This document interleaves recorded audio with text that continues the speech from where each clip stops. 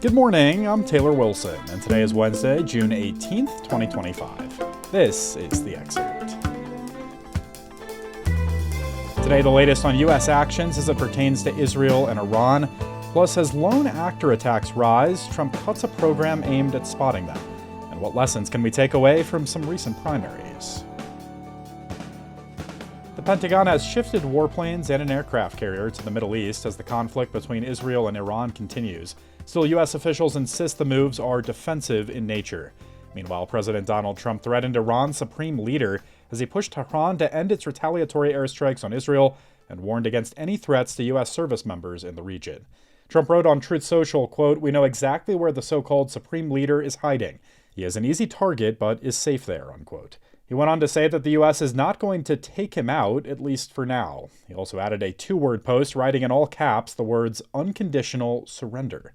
While many Republicans might back any Trump military action in regards to the conflict, conservative pundit Tucker Carlson and Representative Marjorie Taylor Greene, who sat near Trump in the VIP section at his military parade over the weekend, are among the MAGA stars pressing for the U.S. military to stay out of the fight, which they say is out of step with the movement's principles.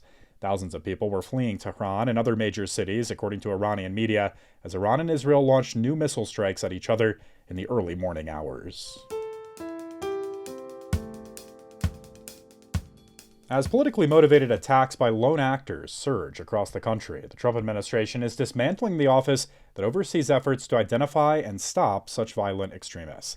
I spoke with USA Today national correspondent Will Carless for more. Will, thanks for joining me.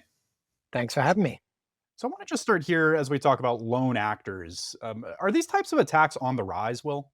Yes, I mean, look, lone actors are nothing new. We've had lone actor attacks for decades in the United States, but there has been a recent surge in them. We're in a very heated political climate, and we've seen a good half dozen of these attacks since the beginning of the year. So, for example, there was an attack in Washington, D.C., in which the young Jewish couple were shot and killed by a man with a political grievance. There was an incident in Boulder, Colorado, just a couple of weeks ago, people might remember, where a man attacked a parade with some firebombs. And then, of course, there was a horrendous shooting over the weekend of the lawmakers in Minnesota. So there's been a gradual sort of uptick in these since the beginning of the year. All right. And how is the Trump administration cutting a program aimed at, in theory, spotting this sort of violence before it happens, Will? So, if you talk to experts in terrorism and extremism, they'll tell you that these are extraordinarily difficult attacks to predict and to intervene and do anything about. If you think about it, we're not talking about sort of members of extremist groups, like members of, say, a neo-Nazi group going out and committing violence. Those groups tend to be on the radar screen of law enforcement. They're watching them, they're paying attention to them. But what we've seen increasingly over the last few months is just individuals who, for whatever reason, go out and sort of act on their political grievance and either kill people or injure people. And those people didn't really have any signs of what they were going to do. The only way to really predict this is that people, even though they might not post about it on social media, they might not make their intentions clear, people do sometimes tell loved ones, or they tell friends, or they tell co-workers.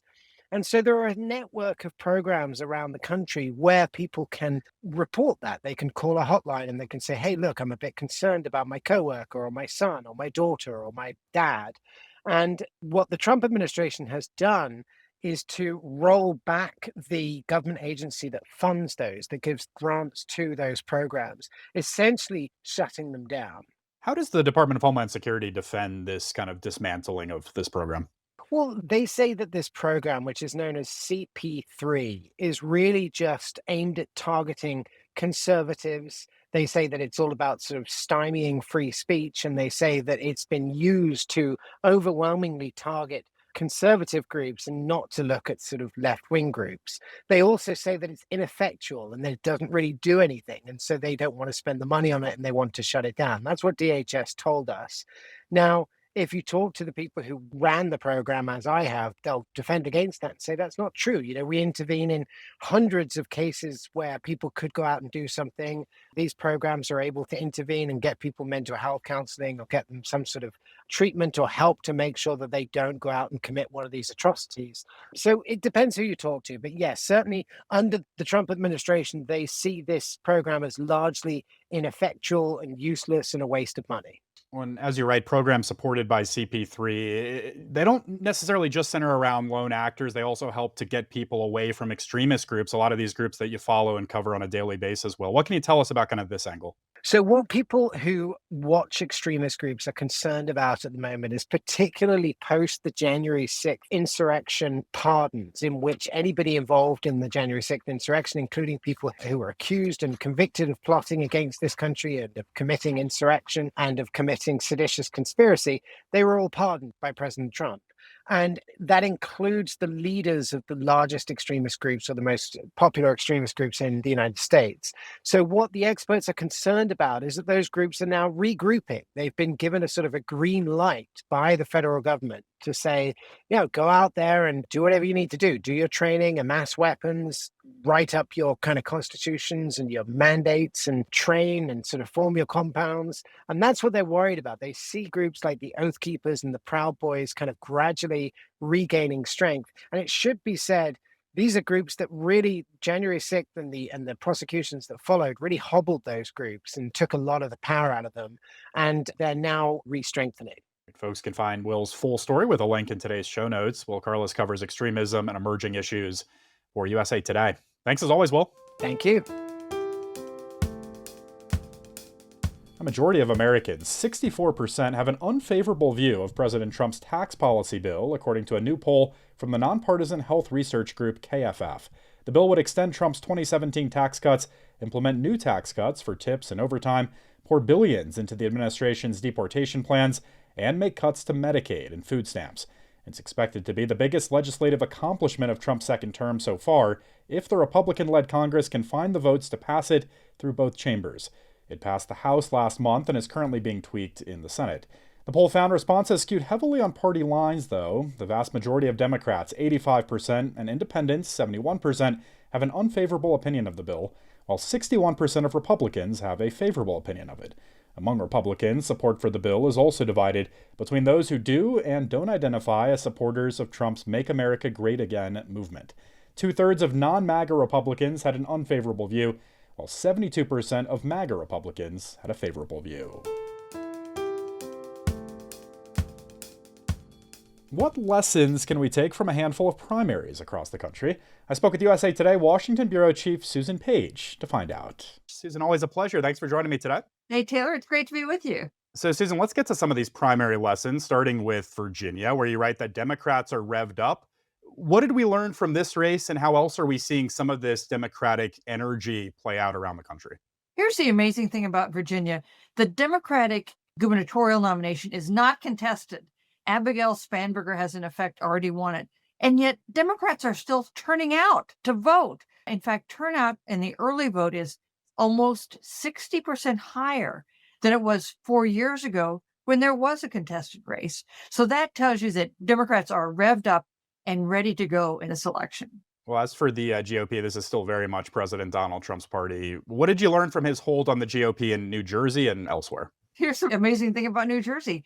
Jack Ciattarelli is now running for governor for the third time, seeking the Republican nomination.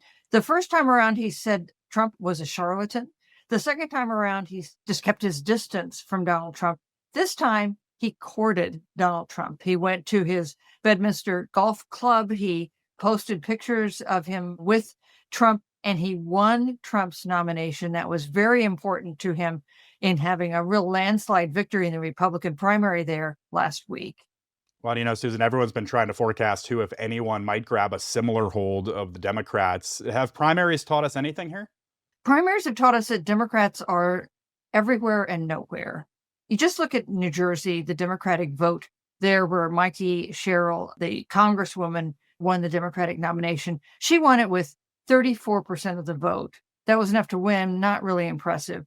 The two liberal candidates got more votes than she did, if you combine them, about 36% of the vote.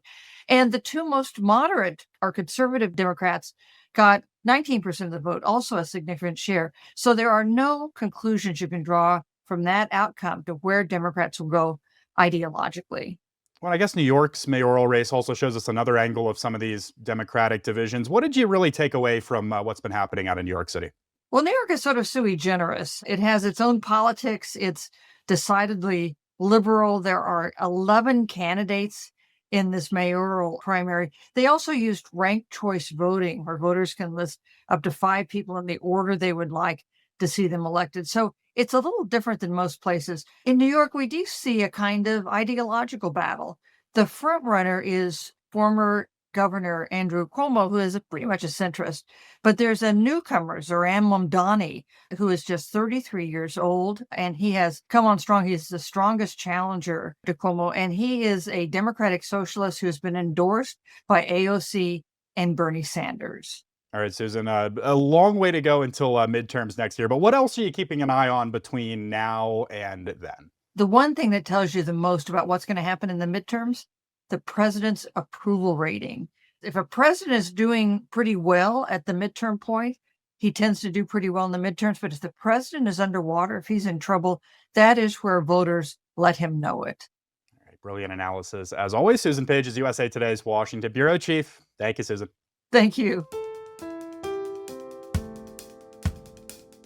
The Florida Panthers are Stanley Cup champions, winning the hockey championship for the second straight year over the Edmonton Oilers. Edmonton continues to search for its first cup since 1990. And coming up later today, there are an estimated 11 million undocumented immigrants in the U.S., each with their own unique story. I feel that most people believe that our stories begin when we become undocumented, and that's not the case. My story began in Mexico. I had the best parents, the best siblings, and then life happened and tragedy hit. That was Alix Dieck, co-author of The Cost of Being Undocumented, describing her reconciliation with being just one in a vast sea of people in the U.S. without documentation, currently under attack. She and her co-author, Antero Garcia, joined me for a frank conversation of how undocumented immigrants are experiencing this inflection point in politics amid a global immigration surge. You can hear that episode right here on this feed today, beginning at 4 p.m. Eastern Time. And thanks for listening to The Excerpt. You can get the podcast wherever you get your audio.